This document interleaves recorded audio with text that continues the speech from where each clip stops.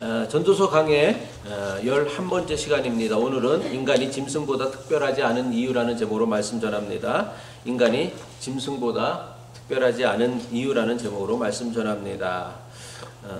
개인적으로 저는 오늘 말씀을 준비하면서 되게 많이 충격이 됐고요.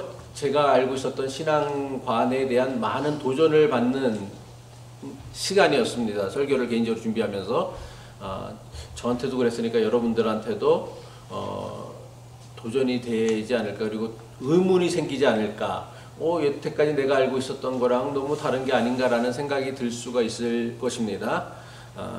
제가 하는 얘기가 아니라 전도서의 얘기를 제가 설교하는 거니까 오해는 하지 마시고요. 전도서는 전도자가 느끼는 인생의 덧없음과 허무함에 대하여 한탄하는 말씀입니다.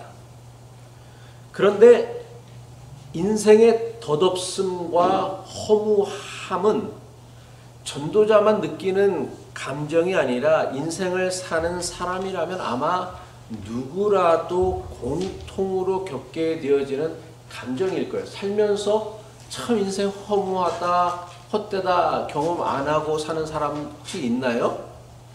저는 없다고 생각해요. 살면서 누구나 불현듯 참 인생 허무하다, 인생 덧없다, 나이가 들어갈수록 몸이 아플수록 또 친구들에게 배신당할수록 또 여러 가지 사정과 형편으로 인하여서 우리는 수시로 자주 인생의 덧없음과 허무함을 느끼며 살아갑니다.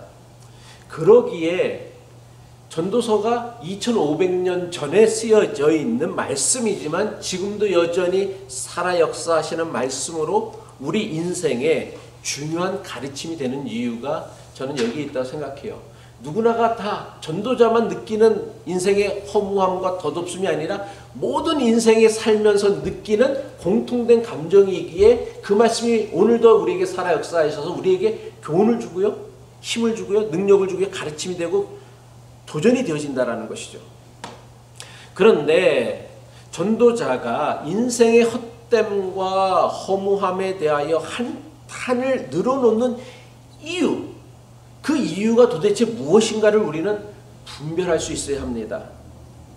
헛되고 헛되며 헛되고 헛되니 모든 것이 헛되도다라는 전도자의 한탄처럼 인생은 정말 헛되고 유익할 것이라고는 아무것도 없는 허무하다라는 것을 알려주기 위하여서 전도자가 전도서를 기록한 것이 아니다라는 거예요. 왜냐하면 이런 것은 굳이 기록해서 가르쳐주지 않아도요, 인생을 살다 보면 누구나 다 경험하는 거거든요.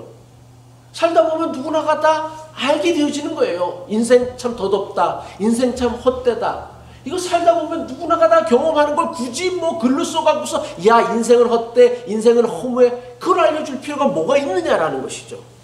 그렇다면 전도자가 왜 누구나 다 저절로 경험하거나 알게 되어지는 인생의 헛됨과 허무함에 대하여 굳이 자세하게 기록하고 있으며 그것에 대하여 한탄을 늘어놓고 있는 이유가 무엇이냐라는 거예요.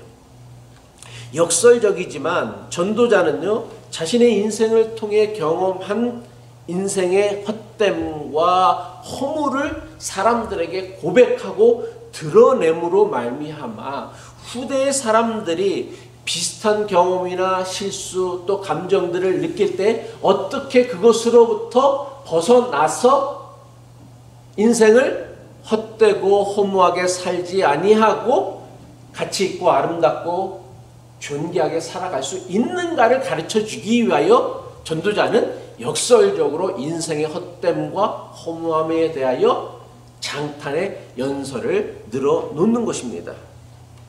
다시 말하여서 전도서는 인생의 헛됨과 무익함을 찬양하고 한탄하는 말씀이 아닙니다. 오히려 그 정반대로 헛되고 허무하고 무익할 수밖에 없는 인생이라는 게 다 그 인생을 도대체 우리는 그러면 어떻게 해야지만 허무하지 않게 헛되지 않게 살아갈 수 있는가를 가르쳐주는 말씀이더라는 거예요.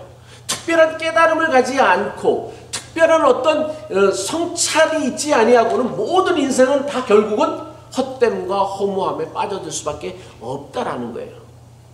오늘도 전도서의 말씀 가운데 인생의 헛됨과 허물을 뛰어넘어 후회 없는 인생을 살아갈 수 있는 깨달음과 영적 도전이 저와 여러분에게 있기를 먼저 바랍니다. 많은 이들이 인생을 허무하다고 여기는 이유 가운데 하나는 아마 많은 사람들이 이런 생각을 할 거예요. 자기 인생을 참 헛되다 허무하다라고 이야기하고 생각하는 이유 가운데 가장 많은 이유는 자신이 살면서 이루어 놓은 것이 별로 없다, 아무것도 없다라고 여기기 때문에, 생각하기 때문이라고 저는 봅니다.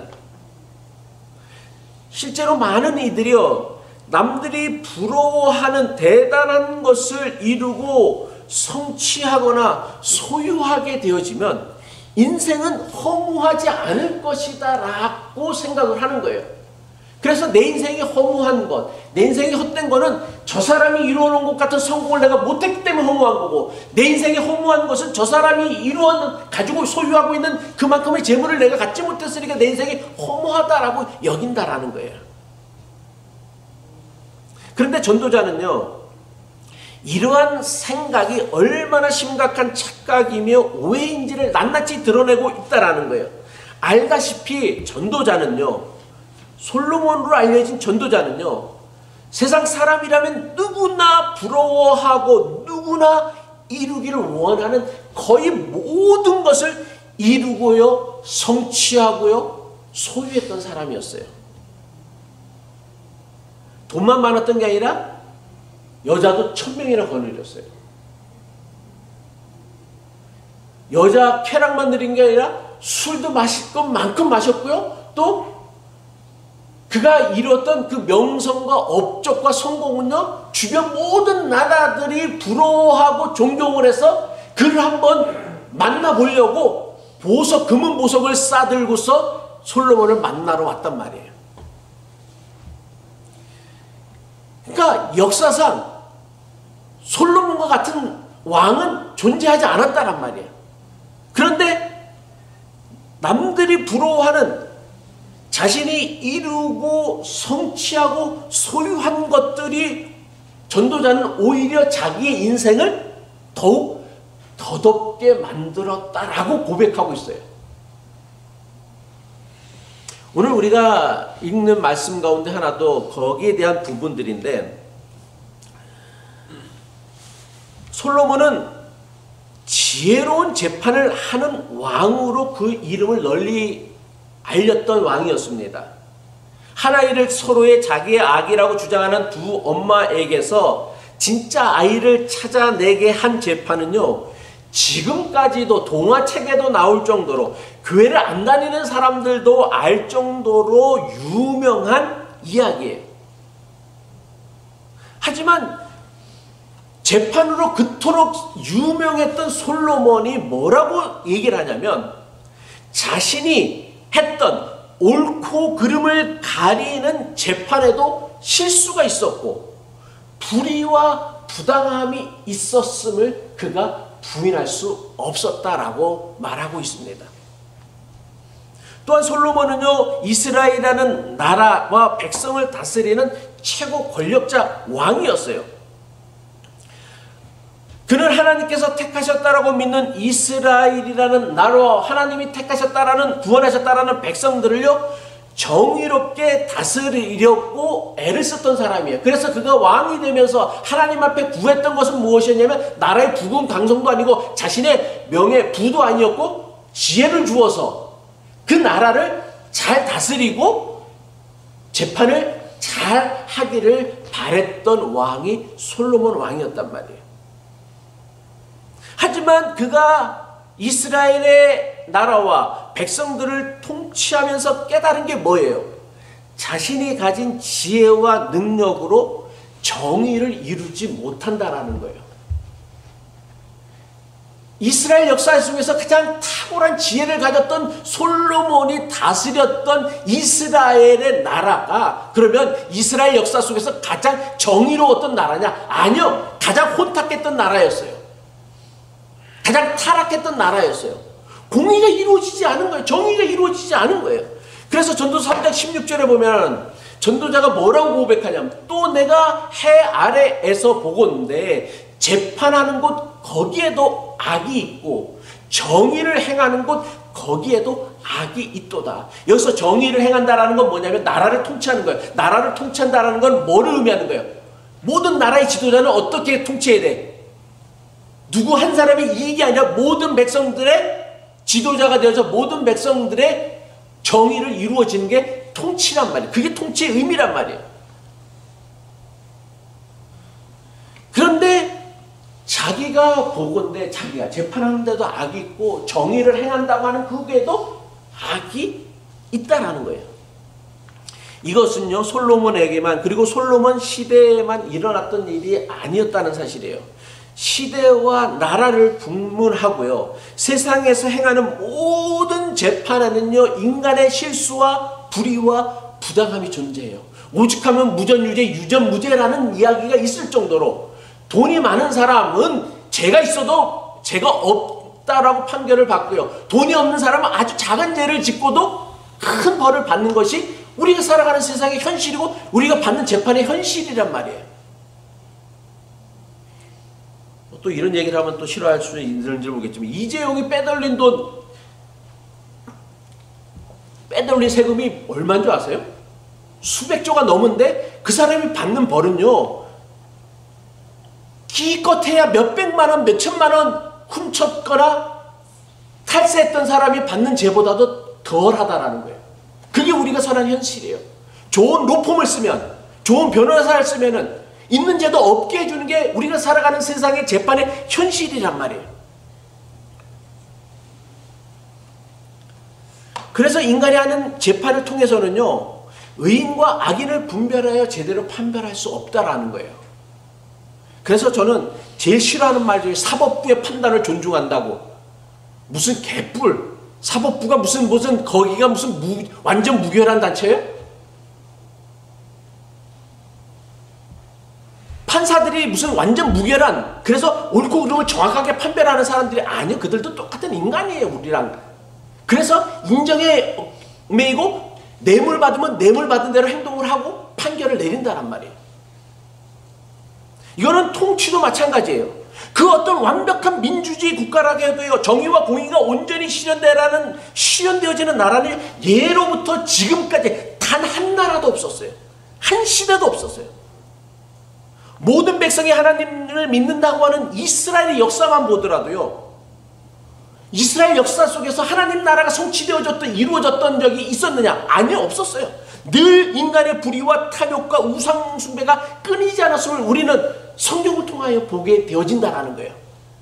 그러니까 하나님이 택하셔서 구원하셨다는 이스라엘 백성, 그래서 하나님이 그들에게 법까지 주셨어요. 그것을 율법이라고 하는데 그 법까지 받은 이스라엘 백성들이 보여줬던 현실이 뭐냐? 늘 거기에는 불의와 탐욕과 이기심과 질투와 그 다음에 우상숭배가 판을 쳤다라는 거예요. 가장 공정해야 할 재판에도 악이 있었으며 정의를 실현해야 한다는 그곳에도 악이 있었다라는 거예요. 이거는요 동서고금 서양이나 동양이나 옛날이나 지금을 막론하고요 인간이 하는 재판과 인간이 통치하는 모든 세상과 사회에서 발견되어지는 공통적인 현상이다라는 거예요. 인간의 지혜와 능력으로는요 절대로 온전한 공의와 정의를 이룰 수 없다는 걸 우리가 인정해야 돼요.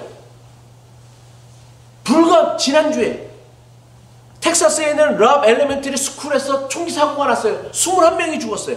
그 중에 아이들이 16살, 초등학생 7, 9, 8살 되는 아이들이 죽었어요. 근데 이게 우리는 1년에도 수도 없이 겪어요. 이거 있기 전에 불과 몇 주 전에는 교회에서 대만 교회에서 총기 난사가 있어서 수많은 교인들이 예배드리다 죽었어요. 이게 1년에 총기 사고로 죽는 사람들이요 수만 명이 이르는데 이 미국 사회에는 이거를 해결할 능력이 없고 해결할 수도 없어요. 양쪽의 주장을 들어봤어요. 근데 다마저 제 얘기 들으면 제 얘기가 맞는 것 같고 이 얘기 들으면 이 얘기가 맞는 것 같고 총기를 소유해야 된다는 주장을 들어보면 또 그 얘기도 맞는 것 같고 총기를 규제해야 된다는 얘기면 그것도 맞는 것 같아요. 그것도 맞는 것 같아요. 총기를 소유해야 된다는 주장을 들어보면 또 그 얘기도 맞는 것 같고 총기를 규제해야 된다는 얘기면 그것도 맞는 것 같아요. 총기를 소유해야 된다는 주장을 들어보면 또 그 얘기도 맞는 것 같아요.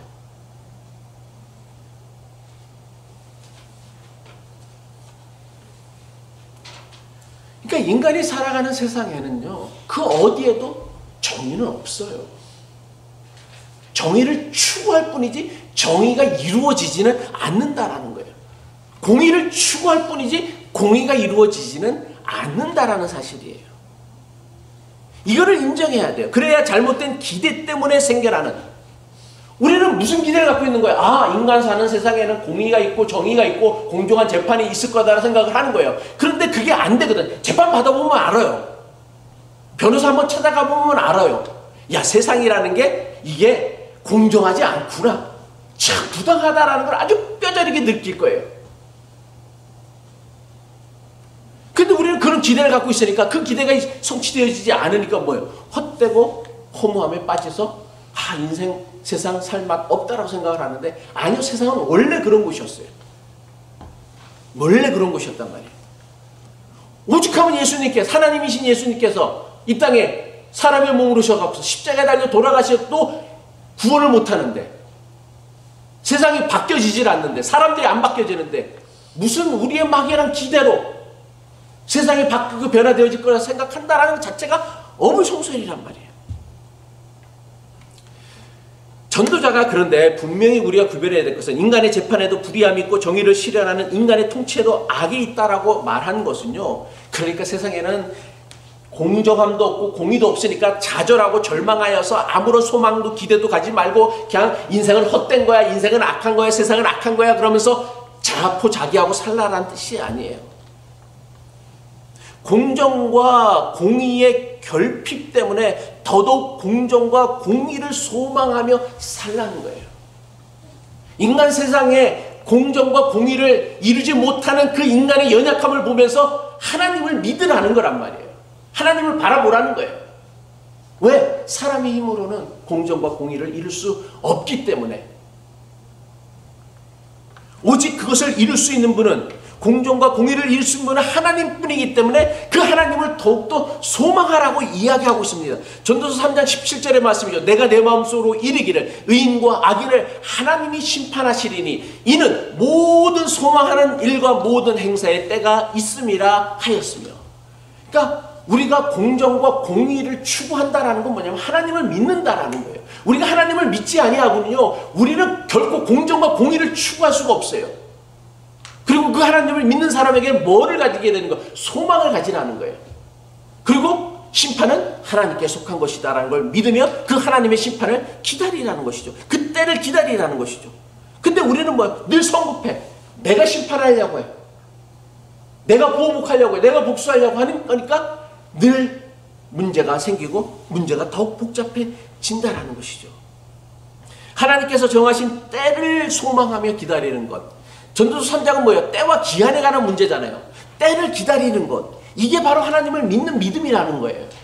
다른 게 아니라. 인간의 지혜와 힘과 능력으로는 공정과 공의를 실현할 수 없다고 선언한 전도자가 인간에 대하여 보다 더 충격적인 선언을 하고 있습니다. 그게 뭐예요? 전도자는요, 인간을 뭐라고 얘기하냐면 짐승과 별반 다를 바 없는 존재라고 얘기를 해요. 그리고 이 사실을 인간으로 하여금 깨닫게 하시는 분은 다름 아닌 사람을 지으신 하나님이다라고 전도자가 말하고 있습니다. 전도서 3장 18절의 말씀이죠. 내가 내 마음속으로 이르기를 인생들의 일에 대하여 하나님이 그들을 시험하시리니 그들이 자기가, 여기서 시험은 테스트예요. 유혹이 아니라 테스트 하시는데 그들이 자기가 짐승과 다름이 없는 줄을 깨닫게 하려 하심이라 하였노라. 그러니까 우리가 살면서 뭘 깨달아요? 아, 우리가 짐승과 별반 다르지. 아주 기분 나쁘시겠죠. 저도 준비하면서 기분 나빴어요.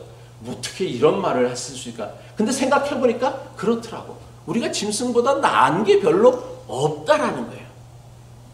그리고 하나님은 이것을 깨닫게 하신다라는 거예요.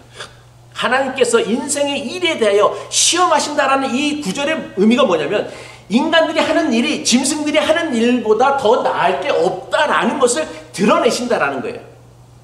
물론 사람은요, 짐승과는 전혀 다른 존재라고 생각합니다. 만물의 영장. 그래서 짐승들은 사람과 다 별도의 별다른 존재라, 사람은 짐승과는 다른 존재라 생각합니다. 하지만 전도자가 말하기를 인간과 짐승 모두를 창조하신, 그럼 뭐 짐승을 하나님이 안 만들고 뭐 다른 사람이 만들었나? 다른 저기 저절로 생겨났나? 아니요. 성경에 의하면 인간도 사람이 하나님이 만드셨지만 짐승도 하나님이 창조하셨어요. 그래서 인간과 짐승 모두를 창조하신 하나님 앞에서 인간이나 짐승은요 별로 다를 바 없는 비슷한 본능을 가진 존재라는 것을 깨달으라는 거예요. 그리고 인간이 하는 일이 대단히 고상해 보이고 고차원적으로 보이지만 인간이 하는 일도 짐승이 하는 일이랑 별반 다르지 않다라는 거예요. 우리는요 사람이 하는 일을 보면 대단하고 엄청난 것 같습니다. 하지만 사람이 짐승보다 못한 일을 수도 없이 저지르는 것들을 우리는 수없이 목격하고 살아가요. 오죽하면 개 같은 놈, 개보다 못한 놈이라는 욕이 생겼겠어요? 사람이요 만물의 영장이라고 하지만요 많은 경우 짐승보다 더 어리석은 일을 하며 살아가는 게 사람이다. 이거를 하나님이 우리로 하여금 깨닫게 하시려고 우리를 테스트하신다, 시험하신다라고 얘기했어요. 뭐 이건 묻자고 하는 얘기인데 사람이 개와 싸우면 안 되는 이유가 세 가지가 있대요. 첫 번째, 개랑 싸우다가 개에게 지면은 이 사람은 어떤 사람이 되는 거예요? 예? 개보다 못한 놈이래. 두 번째, 개와 싸우다가 비기게 되면 개 같은 놈이 된대. 그리고 세 번째, 개와 싸워서 이기면은 개보다 더한 놈이래. 개보다 더한 놈이 되기 때문에. 전도자가요 사람과 짐승이 별반 다르지 않다라는 이 선언에 우리는 주목해야 돼요. 우리가 하는 일이 대단히 고상하고 고차원적 보이지만, 그러니까 사람이 하는 일이 개 같은 일도 많고요, 개보다 못한 일도 많고요, 개보다 더한 일도 많이 해요. 개를 기준으로 놓고 본다면. 왜냐하면 우리는 늘 개와 친숙하게 살아가니까, 개를 옆에 두고 살아가니까. 더 나아가 전도자가 사람과 짐승이 별로 다르지 않다는 걸 깨달은 결정적인 사건이 뭐냐면 그건 바로 죽음이었습니다. 인간이나 짐승이나 모두 호흡이 있어서 숨을 쉬지 않으면 모든 짐승이 죽는 것처럼 사람 역시 숨을 쉬지 않으면 죽어요. 아무리 뛰어난 인간이라 할지라도, 그게 뭐 대통령이든 아니면 세계에서 최고 부자인 뭐 사람이라 할지라도 숨을 쉬지 않으면 죽는 게 인생의 이치고 하나님이 지신 피조물의 이치란 말이에요. 결국 아무리 뛰어난 인간이라도 결국은 우리가 한낱 미물이라고 하는 짐승과 똑같은 운명을 맞게 되어진다라는 게 전도자가 깨달은 거예요. 그래서 전도서 3장 19절에 전도자가 이렇게 얘기하고 있습니다. 인생에 당하는 일을 짐승도 당하나니 그들이 당하는 일이 일반이라. 다 동일한 호흡이 있어서 짐승이 죽음같이 사람도 죽으니 사람이 짐승보다 뛰어남이 없으면 모든 것이 헛되미로다. 잘난 척하지 말라는 거예요. 네가 인간이라고, 네가 개보다 더 낫다라고 생각할 하나도 없다. 그 얘기예요. 쉽게 얘기하면. 당시 솔로몬 시대 사람들은요, 인생들의 혼은요 위로 올라가고 짐승들의 혼은 땅으로 내려간다라고 믿었습니다. 그래서 인간은 짐승보다 더 고귀한 존재라고 생각했습니다. 하지만 전도자는요 뭐라고 얘기하냐면 인간이나 짐승이나 모두 다 흙으로 지어졌으니 다 흙으로 돌아간다라고 얘기했어요. 그리고 사람들이 생각하고 착각하는 것처럼 인생들의 혼은 위로 올라가고 짐승의 혼은 땅으로 내려가는 것은 그 누구도 알 수 없는 일이라고 얘기했어요. 전도서 3장 20절로 21절의 말씀이죠. 다 흙으로 말미암았으므로 다 흙으로 돌아가나니 다 한 곳으로 가거니와 인생들의 혼은 위로 올라가고 짐승들의 혼은 아래 곧 땅으로 내려가는 줄을 누가 알랴. 근데 이 이야기를 많은 교인들이 어떻게 생각하냐면 성경에 인간의 혼은 위로 올라가고 짐승의 혼은 땅으로 내려간다라고 얘기해요. 이게 그 말씀이에요? 예? 이게 그 말씀이냐고요? 아니요. 또 몰라요 또? 모른다는 얘기죠. 그렇지. 모른다는 얘기지. 전도서 30장 20절로 21절 표준 세번역으로, 세번역 성경으로 제가 다시 한번 읽을게요. 둘 다 같은 곳으로 간다. 모두 흙에서 나와서 흙으로 돌아간다. 이게 전도자의 주장이에요. 사람의 영은 위로 올라가고 짐승의 영은 아래로 내려간다고 하죠. 이것은 당시 솔로몬 시대 사람들의 이야기예요. 하지만 전도자가 뭐라고 하냐? 누가 그것을 알겠느냐? 누가 그것을 개런티할 수 있느냐? 누가 그것을 확신할 수 있느냐라는 이야기예요. 올라간다 안 올라간다 아무도 확신할 수 없다라는 거예요. 인간이든 짐승이든 죽음 후에 한 줌의 재로 변해 있을 때를 생각해 보십시오. 똑같이 흙으로 돌아가는 죽음의 자리에서 사람이 짐승보다 뛰어나다라고 할 수 있는 것은 아무것도 없어요. 자신을 대단하고 뛰어난 존재로 인정받기 위하여 평생을 노력하고 힘썼던 모든 것들이 짐승과 똑같은 죽음이라는 운명 앞에서 모든 것들이 다 사라지고 만다라는 거예요. 전도자가 이토록 적나라하게 인간과 짐승이 별반 다를 바 없다라고 강조하는 이유가 뭐냐라는 거예요. 인간이 짐승들보다 대단하고 특별한 존재라고 착각하며 살지 말라라는 거예요. 지난주에도 제가 말씀을 드렸지만 인간이나 인생에 대해 특별히 자기 자신을요 대단하거나 특별하다라고 생각하는 것은요 결코 바른 신앙적 태도라고 할 수 없다라는 거예요. 자신을요 남들보다 더 대단하고 특별한 존재로 생각하는 걸 영어에서 그리스 신화에서는 나르시시즘이라고 얘기하고 한국말로 이걸 뭐라 그래? 몰라요? 자뻑, 자뻑이라고 하죠. 자뻑. 자신을 대단히 특별하다고 생각하는 자뻑 또는 나르시시즘은 다른 사람을 존중하지도 못할 뿐만 아니라 다른 사람을 존중하지 못하니까 정작 자기의 인생도 존귀하게 만들지 못한다는 걸 우리가 알아야 돼요. 나르시시즘이라는 자체가 뭐냐면 자기는 특별하다고 생각을 하는 거예요. 나는 우리 교회에서 특별해. 그러니까 목사는 나에게 특별 대우를 해줘야 돼. 또 목사는 나는 이 교회 목사니까 특별해. 이게 다 일종의 자뻑이란 말이야. 자뻑. 나르시시즘이란 말이에요. 나르시즘이 우리 생활 전반에 우리 모두가 갖고 있는 공통된 감정이란 말이에요. 우리 교회가 다른 교회보다 더 뛰어나. 이것도 일종의 나르시시즘이에요. 미국이라는 나라가 세계 다른 나라보다 더 우월하고 탁월한 나라. 이것도 나르시시즘이에요. 이 애국이라는 자체가 사실은 대단히 위험한 나르시시즘이란 말이에요. 난 기독교인들이 애국을 말하는 것 자체가 좀 어불성설해야 돼요. 기독교는요 모든 인류 민족을 초월하여 하나님 나라를 추구하는 것이지 내 민족이 다른 민족보다 잘 돼야 된다라고 얘기하는 것은 물론 다른 나라가 부당하게 침략을 했을 때는 나라 백성들을 위하여 독립운동을 하는 것은 신앙적인 가치이지만 내 민족이 가장 뛰어난 민족이니까 다른 민족들은 내가 함부로 해도 돼. 그래서 함부로 짓밟아도 돼. 침략해도 돼. 우리는 그들을 교화시켜야 돼 라고 얘기하는 게 뭐예요? 이게 제국주의고 나치즘이지 뭐예요? 그러니까 나르시즘이라는 게 매우 위험한 주장이고 생각이란 말이에요. 자신을요 다른 사람보다 특별하다고 생각하거나 뛰어나다라고 생각한다고요 자기의 인생이 존귀해지는 게 아니에요. 자뻑 우리는 알잖아 그거를. 그 자뻑이라는 거. 아이고 지 혼자 잘난 척하고 잘난 척이지 그거는. 잘난 게 아니라 잘난 것은 뭐예요? 인정을 받아야 되고 인정을 해줘야 되고 존경을 해줘야 잘난 게 되어지는 것이 잘난 척하는 것으로 우리는 인생이 존귀해지지 않는다란 말이에요. 정말 자기 인생을 존귀하게 살기를 원한다면 다른 사람을 존중해주고 존귀하게 여길 줄 아는 사람이 자기도 존귀해진다란 말이에요. 아니 생각해보세요. 여러분은 생각해보세요. 스스로 맨날 잘난 척이나 하는 인간을 여러분은 존귀한 인상이라고 생각할 거예요? 아니면 정말 겸손하게 늘 남을 나보다 낮게 섬기려고 하는 사람을 보면 그 사람 참 존경스러운 사람이라고 생각을 하실 거예요. 여러분 어떤 사람을 더 존경스러운 사람으로 생각할 거예요? 잘난 척하는 사람을 좋아할 거예요? 아, 저도 맨날 잘난 척하고 다니까 여기서? 아니잖아요. 아니잖아.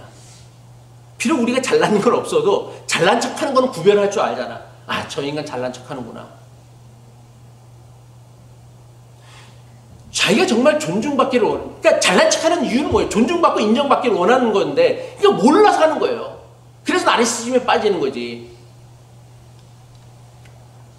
다른 사람을요 겸손하게 나보다 낮게 여기고 존중하고 존귀히 여길 줄 아는 사람이 자신도 존귀해지는 거예요. 이거는 마찬가지로 자기의 생명을 소중히 여기는 사람은요 다른 사람의 생명은 물론이고 짐승들의 생명도 소중히 여기는 사람이에요. 그럼 우리말에 자기 자식 귀한 줄 알면 뭐 하라고? 남의 자식 귀한 줄도 알아야지. 왜 지 자식만 귀해? 여러분 자식이 귀하면요 남의 자식도 귀한 거예요. 여러분의 아내가 소중하면 다른 사람의 아내도 소중한 거예요. 여러분이 기른 반려견이 소중하면 다른 집 개도 소중한 거란 말이야. 길거리 다니는 고양이도 개도 소중하다란 말이에요. 내 거만 소중한 거예요? 왜? 내 거만 소중해? 내 거만 특별해? 내 거만 귀중해? 내 거만 존귀해? 그게 어떻게 존귀해질 수 있냔 말이야. 인생을요. 사람을 어떻게 존귀하게 만들 수 있느냐 말이야. 이건 인간도 마찬가지예요. 인간이요 동물들을요 함부로 대하고요 막 걷어차는 인간을 보면요 그 사람 보면 아 사람 참 대단하고 뛰어난 사람이다 라고 생각이 들어요? 드냐고요. 그런 사람을 보면요 보기만 하면은 막 두드려 패고 저기 주 패고 칼로 찔러 죽이기나 하고 그런 사람을 보면은 이런 거는 우리는 이런 사람을 뭐라고 그래 우리는? 예? 사이코패스라고 하죠. 사이코패스라고 하지 존귀하다고 안 한다는 말이야. 누가 존귀한 사람이야? 하다못해 미물이라고 하는 개라도 고양이 자기 일이라는 게 뭐예요? 하나님께서 내게 주신 내 인생의 목이란 말이야. 그러니까 내 인생의 목을 자꾸만 남의 인생의 목을 바라보면서 왜 제 인생의 목은 저렇게 큰데 내 인생의 목은 이렇게 작아요? 라고 한탄하면 그 인생은 헛될 수밖에 없지. 허무할 수밖에 없죠. 그런데 인생을 헛되지 않고 허무하지 않게 살아가는 사람은 어떤 사람이냐? 하나님께서 주신 내 인생의 목을 즐기며 살아가는 거란 말이에요. 그것만이 그 인생을 헛되지 않고 허무하지 않고 인생을 존귀하게 살아갈 수 있는 하나님이 주신 비결이라고 전도자가 말하고 있다는 거예요. 말씀을 마칩니다. 인생을요 대단하고 특별한 것으로 여겨서 무슨 대단한 성공을 이루고 업적을 이루고 성취를 해야 된다라고 생각하는 것은요 오히려 인생을요 헛되고 허무한 것으로 인도할 것입니다. 인생 뭐 별거 있냐라는 노래의 가사처럼요 인생을요 너무 대단하게 생각하지 마세요. 인생 그렇게 대단하지 않아요. 짐승과 비교해서도 크게 뭐 대단한 거 아니야. 하나님이 보시기엔 우리는 우리가 보는 개미 한 마리보다도 못한 게 인생이란 말이야. 그런 인생을 뭘 우리가 업적을 세우고 성취를 하면 얼마나 대단한 일을 할 거라고 착각을 하고 그것을 위해서 살아가는 것, 그게 우리 인생을 존귀하게 만드는 게 아니다라는 거예요. 인생 뭐 별거 있냐라는 노래 가사처럼 주어진 하루의 일상과 내게 맡겨주신 일에 만족하며 그것을 즐기며 살아가는 것, 이것이 우리의 인생을요 가장 아름답고 존귀하게 만든다. 이게 전도자가 보았던 깨달았던 삶의 그가 발견한 비결이라는 것입니다. 바라기는 이 전도자의 깨달음이 저와 여러분의 신앙의 여정, 인생의 여정에도 귀한 영적인 도전이 되어져서 내 삶을 무엇이 존귀하게 만들 수 있는가, 무엇이 내 삶을 헛되고 허무하지 않는 곳으로 인도할 수 있는가를 발견하고 깨닫는 은혜가 저와 여러분에게 있어지기를 주님의 이름으로 간절히 축복합니다.